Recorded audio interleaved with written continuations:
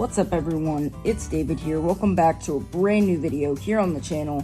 So today we will be talking about every detail that we learned from the Super Mario Bros. Wonder Direct today. There's a lot to cover, so make sure to like, subscribe, and comment your thoughts down below. Without further ado, let's begin. First up, I'd like to talk about the story of this game. It takes place in the Flower Kingdom, which is a neighbor to the Mushroom Kingdom. Mario and friends were invited by Prince Florian. There is no explanation why they were invited, but then again, this is the same series where the same princess gets captured by the same giant turtle every week. Bowser shows up out of nowhere and invades the kingdom by touching the Wonder Flower to merge him and Prince Florian's castle. Bowser is a castle. The Wonder Effects, now controlled by Bowser, cause all of the Dollar Tree toads, called Poplings, be trapped in their mushroom houses and can only be freed once a level is completed. Prince Florian is the sidekick in this game and provides players with badges to give them abilities. We will talk more about badges in a bit. First, I want to talk about the playable characters.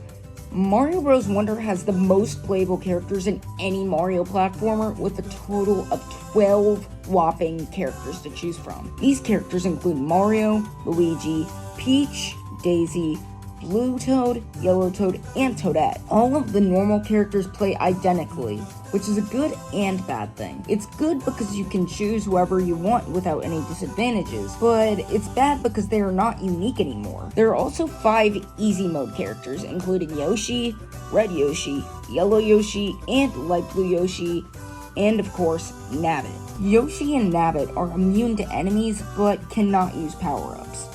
Yoshi also has the ability to flutter jump, be ridden on by other players, and use his tongue to swallow projectiles and enemies and then shoot them back out.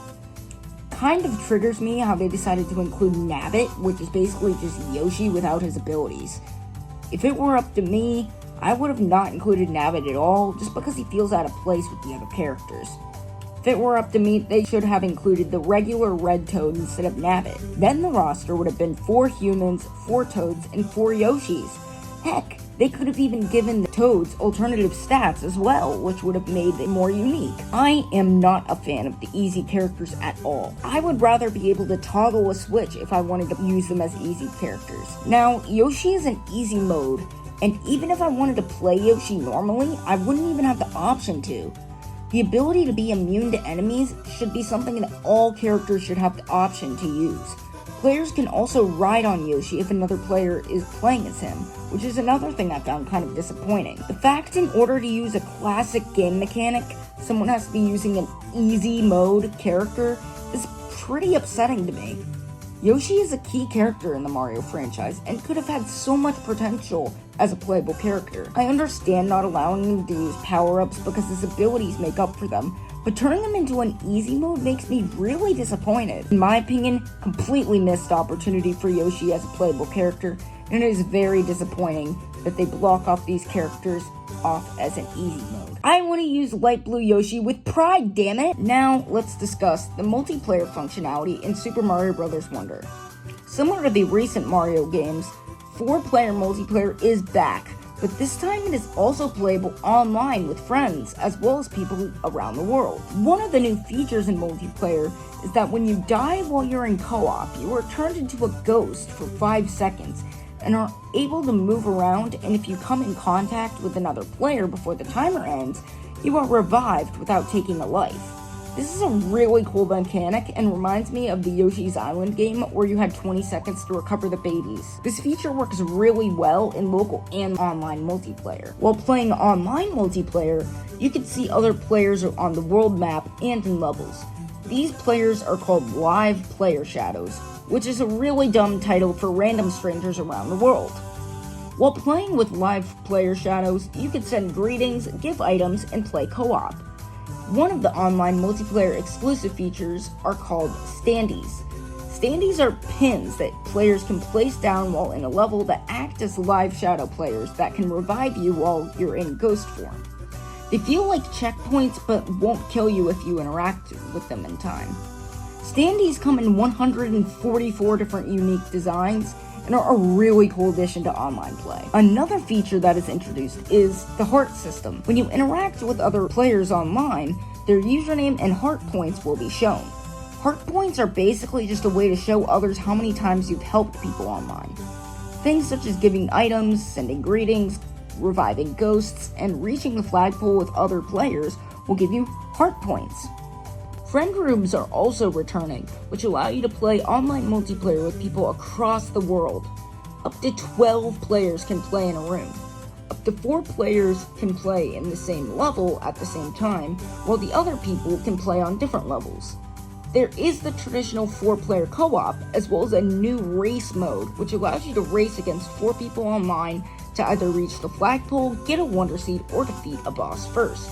This is a really cool addition to the game, and I really hope they include the race function as a local multiplayer mode as well. Moving on to the new power-ups in this game, there are only 6 power-ups in the game, 3 of which are brand new power-ups. First up, the Super Mushroom, Fire Flower, and Superstar return as series staples. The new powers include the Bubble Flower, which allows you to shoot bubbles that float towards enemies to capture them and turn them into coins. The bubbles can also be used as temporary platforms, and I cannot believe it took this long for them to implement such a cool feature that barely anyone thought of. Next up is the Drill Mushroom from Super Mario Galaxy. It functions almost identical to how it did in Galaxy, but now has been adapted for a 2D side-scroller. You can dig underground, on ceilings, into walls, into blocks, and even into enemies. It is such a cool power-up, and I'm so glad it's back. Finally, the elephant in the room. See what I did there? The Elephant Mushroom. This power-up turns you into a freaking elephant. While in elephant form, you have the ability to attack enemies, reflect projectiles, and shoot water using your trunk.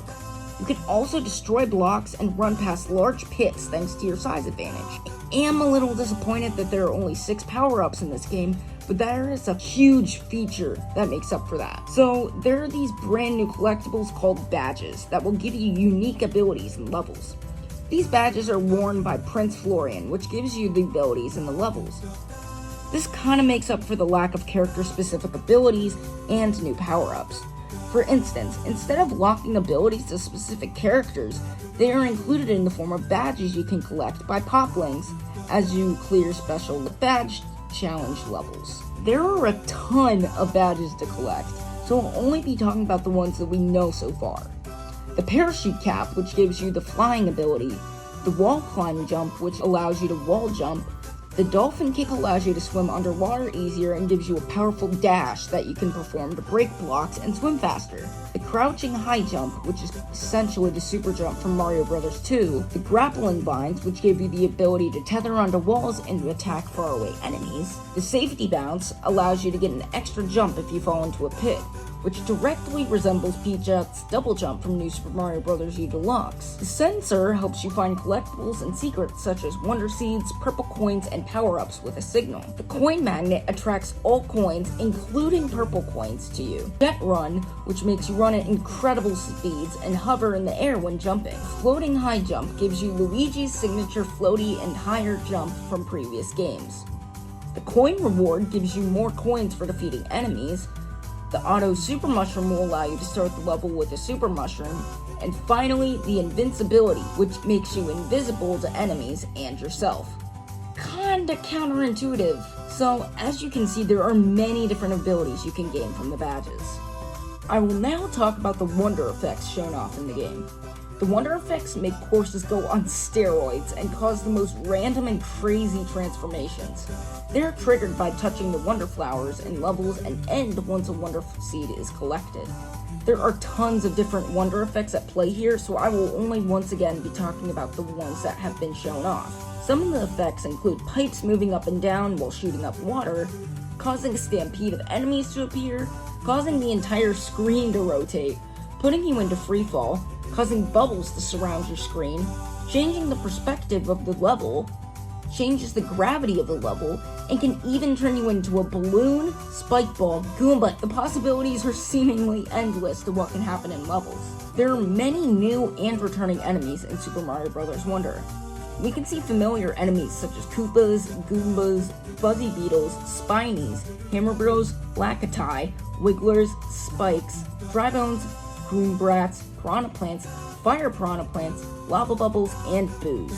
We can also see Bowser, Bowser Jr., and Kamek flying in the opening cutscene. Then we get to the new enemies. We have Hoppy Cats that copy your movements, Melon Piranha Plants that spit melon seeds, Condarts that resemble the Pokeos from Mario Odyssey, the Conks, which are basically mini Thwomps, Mumsies, which are mummy enemies that you defeat by unraveling them, Mamas, which are birds with huge mouths that eat everything in your path, Push Bros, which are hammer bros that push objects towards you, Boxing Spiny Wigglers, a woodchuck-looking creature, snow creatures that walk back and forth, Fire Spikes, which is an amazing inclusion, purple skating Koopas, lava boulders, giant bouncy purple hippos, purple spiky creatures, pink caterpillars, vine-like enemies, jumping snow beetles, purple smoke objects,